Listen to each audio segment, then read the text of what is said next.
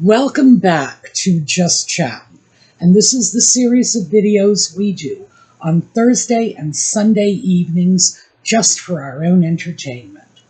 So for all you Audie fans, he is floating around here somewhere.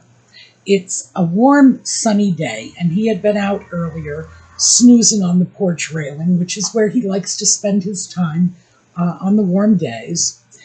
He had some excitement yesterday because a delivery driver came by and dropped off a large box of cat litter.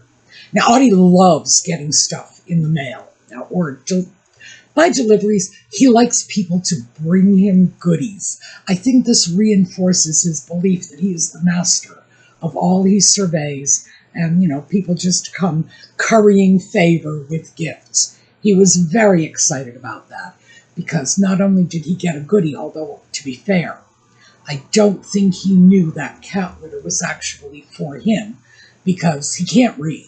I'm trying to teach him, but it's an uphill battle.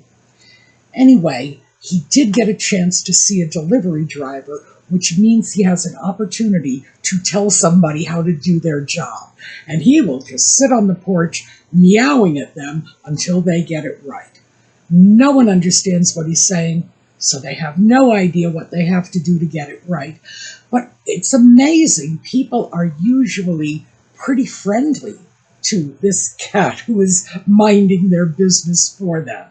So yeah, it was a good day. And I guess the excitement from yesterday has carried over to today, because he does seem to be in a good mood. Maybe we'll see him, maybe not. But we're going to stop anyway, take a quick look at the intro, and we'll be right back.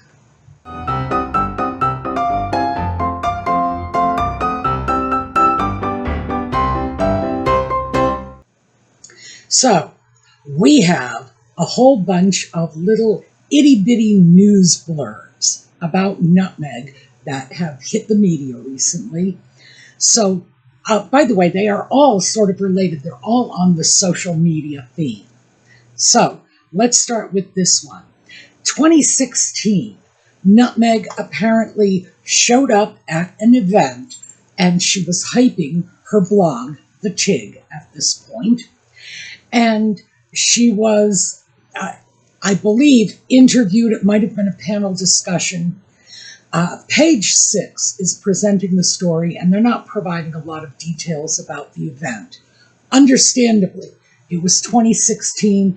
This was probably a very low-rent event, because, quite frankly, Nutmeg herself was very low rent back in 2016, and she would go anywhere that, they might have some photographers or journalists, anyone who could give her a little publicity. So she's there to speak about the Tig. And she says in 2016 that she found the idea of influencers hawking $100 candles to be, quote, so obnoxious, end quote. Oh my, looks like we've just gone full circle at this point, because even though Nutmeg's candles are not $100, they're $64, I think the principle still holds up here. At the time, she said that her blog, The Tig, was meant to be aspirational, but also attainable. In other words, she wanted people to go to her blog, see all the great stuff she had in this fabulous lifestyle, and envy it. That's key. They got to envy it, and then go out and buy it. But she needed to make sure it was something that they could actually afford to buy, so they too could have the Nutmeg lifestyle. Wow. I have to say, influencers as a category just truly leave me cold. They are out of touch with reality. They seem to think everybody in the world wants to live these artificial and highly curated lifestyles they are presenting in little carefully positioned photographs. Yeah, right, like we really believe this is how they live. Come on. But then, okay, because we're still on the topic of social media, she gifts a as ever package of heaven only knows what. Presumably it's candles and runny jam and expensive matches and so on to a troll, without any regard for the fact that people were going to go back, look at who this person was, and say, hey, wait a minute, this is someone who has posted some very hateful comments about Catherine in particular, but William and Catherine in general. Now, of course, that describes Nutmeg's entire fan base. It really does.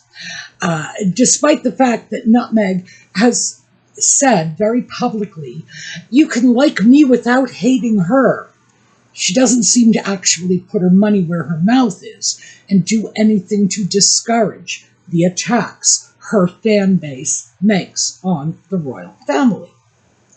Still, it does open up that door, and now people are looking back at her very toxic fan base, and I got no problem with that.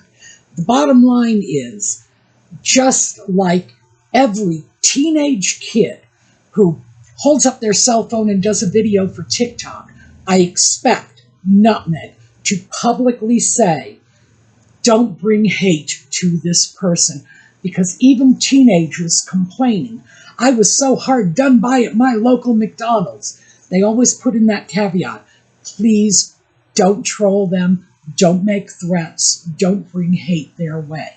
Why?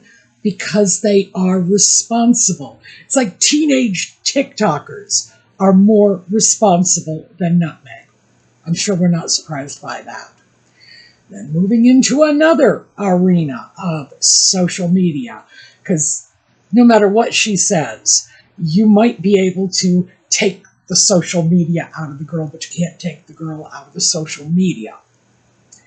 She produces this photo, well, it's two photos actually, of the putative child Lilibet, and I'm sure there are going to be plenty of comments on this, because once again, this poor child looks like, Lord, she looks like such a little ragamuffin with unkempt hair and no shoes, but I have to say, Nutmeg herself is legendary for running around with unkempt hair and no shoes. And so is the sock puppet, for that matter. So, who knows? But she brings the photo out, and naturally, she feels this is perfectly okay. She can expose her putative children to social media in the worst possible way by showing photographs of them on Instagram, while telling the rest of us that we shouldn't expose our children to social media. But hey, she needs to market these kids, because the final little snippet of Nutmeg stories is about her popularity just crashing. It is just sinking. And people are starting to comment on this. And that explains a lot. That explains why she is now all of a sudden gifting things to her fans, which in fact she does not have a habit of doing. It's not like she's been doing this for 5 years. She gifts things to people who can do her some good. So, who got those initial jars of runny jam? People like the Kardashians, people like Chrissy Teigen, people who were influencers who she thought could help her brand. But now that that ship is sinking, she needs her fan base more than ever, because those are rabid fans, and they might in fact be able to do her some good by boosting her popularity. I don't know. It seems to be a small number of fans that she has, but they have a disproportionate voice out in the social media world, because it has been alleged I have to be careful about this, it has been alleged that they were at one time paid, which, by the way, I believe, and that they are a very well-coordinated group. Again, I believe that too, but I'm simply throwing them out as allegations. So who knows where this is going to end up. But boy, does it smack of desperation. So, while we're on the subject of desperation, let's move over to another ex-royal, and that would be Sarah, the ex-Duchess of York. So I came across a story that claims William is furious because Charles is entertaining the idea of paying off Fergie's debts in order to keep her from writing some tell-all memoir. I don't blame William for being angry about this, if in fact he is. And I don't know. I don't know if this story has any teeth to it, but assuming it does, would William be angry? I would say yes. Would he have the right to be angry? Oh, I would say definitely. Because, in fact, the royal family has been bailing Fergie out for years. And the more they bail her out, the more debt she seems to accumulate, the more trouble she gets into. And she is in a whole lot of trouble right now, and all she really needs to do is just keep her mouth shut, lay low, and stop spending beyond her means. I have a number of articles, as always, the articles are all in the video notes, a number of articles detailing the extent of her debt, which is suspected to be somewhere in the range of around $6 million. Amazing. Heaven only knows how a person can get in that much debt, but she's managed to do it. Does Fergie have information she could spill in a memoir? Possibly. She and Diana were, at the very least, friendly back in the day. But any news regarding Diana is more than a quarter of a century old. So, is anything Fergie has to share explosive? No, probably not. I think anything that was to come out has already come out. Would Fergie intentionally attack the royal family? I don't believe that for an instant. The thing is, no matter what kind of craziness Fergie has done, she's always worked really hard to maintain that relationship with the royal family. I suspect, I don't know the woman personally, I don't know her mind, so this is simply my suspicion. I suspect her motivation is a concern for her daughters. I do not think Fergie wants Beatrice and Eugenie to lose their place in the royal family. I think she would like them to keep the titles, and I would imagine that she is probably pretty clear about the fact that if she steps one toe out of line now, the girls will probably lose their titles as a result. Whether it's fair or not, I'm going to let other people decide. But mostly because I'm not 100% sure it was fair that these girls ended up with the status and privilege they have, not being working royals in the first place. So we're just going to have to walk away from that and let other people argue it out. So I guess the bottom line is I don't believe that Fergie would intentionally tank the royal family in a memoir. Do I think she could do it just because she's not all that bright? Sure. She's done a whole lot of stuff because she's not all that bright. She's proven herself to be incredibly venal. This is a woman who is motivated by the dollars and cents. Would she do it for the money? Probably. Would she be sorry as all get out afterward? Probably. But here's the thing. So how does this relate to Nutmeg? William has a template for dealing with the ex-royals of Montecito in real time as he is helping the royal family to navigate the ex-royals of York. So, when William looks at Fergie saying, I need to do it for the money, hint, hint, I imagine William is probably thinking to himself, if we set the precedent by handing Fergie a boatload of cash, because mind you, the royal family and heaven only knows many other people have handed Fergie a boatload of cash in the past, and it hasn't done anything to mitigate the excesses of her behavior, but it's another story. Is William looking at this saying, if she holds us up for ransom, is Nutmeg going to do the same thing in a year, 2 years? If we buy off Fergie now, will we end up paying off Nutmeg for the rest of her life too? And I would have to say that would be a very reasonable inference from all of this. So when we start to look at this, oh, and by the way, I have plenty of articles about the extent of Fergie's debt. I have seen, I've seen numbers all over the place, but because it is presumed that a lot of Fergie's debt is private debt, it's money owed to friends, it's money owed to people that may have done work for her, the sort of thing that won't be part of the public record. It could be very difficult to track all of that down.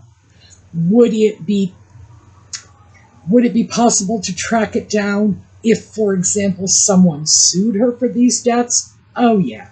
But so far, that hasn't happened. So I would have to say that Fergie's lifestyle issues are on the verge of exploding big time. If Fergie did write a book, would it be even vaguely interesting? Probably not. Would it sell? Again, I'm thinking probably not, because any information about Charles and Diana's marriage is really stale dated at this point. Diana has been dead for, what are we looking at? Almost 30 years now. Yeah, it'll be 30 years next year. On my birthday, by the way. So, yeah, Diana's been dead a long, long time. So there's nothing she can throw out that would be very noteworthy at this point. And I don't think anybody really cares all that much about whatever dirt she might spill just on the York family.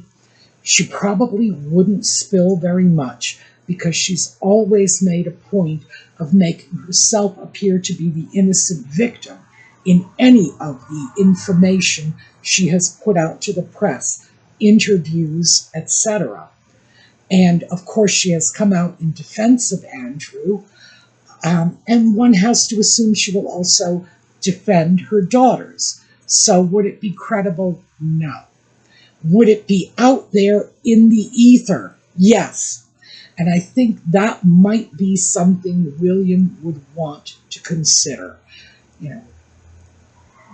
Not buying her silence, but figuring out how to neutralize the problem without having to pay.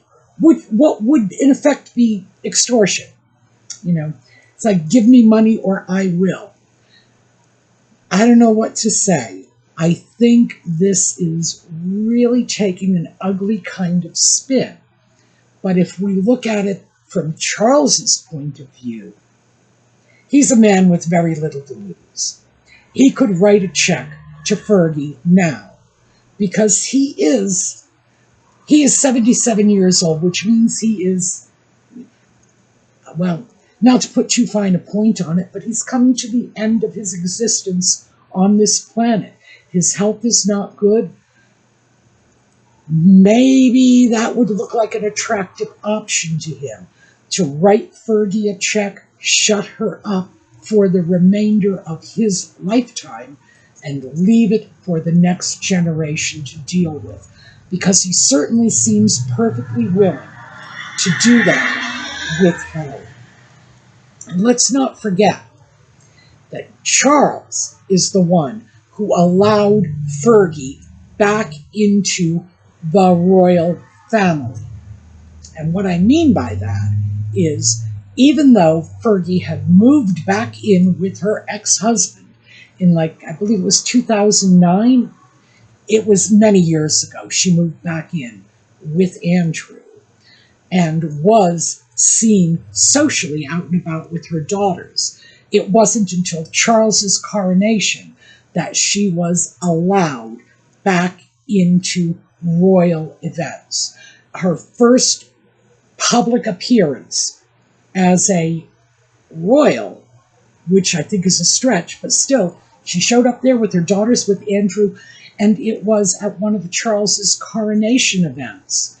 And then she continued to show up at royal events. So it was Charles who opened that door. And I know a lot of people have speculated, but the late Queen was very fond of Fergie. Yeah, she may have been.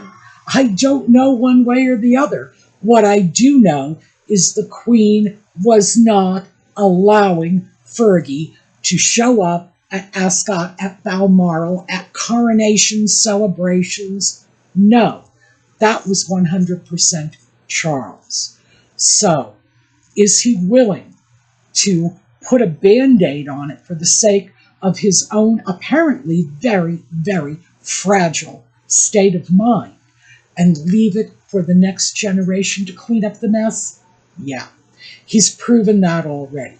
So, if William is indeed angry about this, I would imagine that it's just par for the course. I would imagine William probably has a lot of things to be angry about, because when William hits the throne, he is going to have to clean up messes that will have been tabloid fodder for many, many years. So, good heavens, I feel sorry for him. And the only thing that I can say, and this is something that gives me a little bit of hope, is I do think William's up to the task. I do think William is Elizabeth's grandson, in that he has her sense of responsibility. Is he his father's son, in that he might put things off and leave George, Charlotte, Louis, whoever takes over after him? No, I don't think so. So I guess that is sort of the good news. But anyway, I wanted to share with you what was out there. It's at the very least interesting, but I do think we are going to see William asserting himself a lot more in terms of how the Yorks are handled. Because, like I said, this is a dry run for the Sussex show, which will be coming along, and this is a very convenient opportunity to test out strategies and see which one of them works. So, good luck to you, William. All right, that is what I have for you today. We are going to take a look at a slideshow on the way out. Hope to see you all again next time, and in the meanwhile, have a terrific day.